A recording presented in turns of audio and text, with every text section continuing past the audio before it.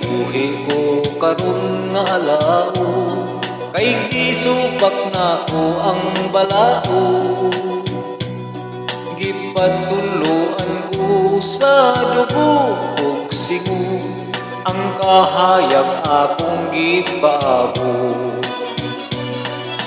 Bahala nga magbubuot sa tanan, ihatag na ang kaangayan.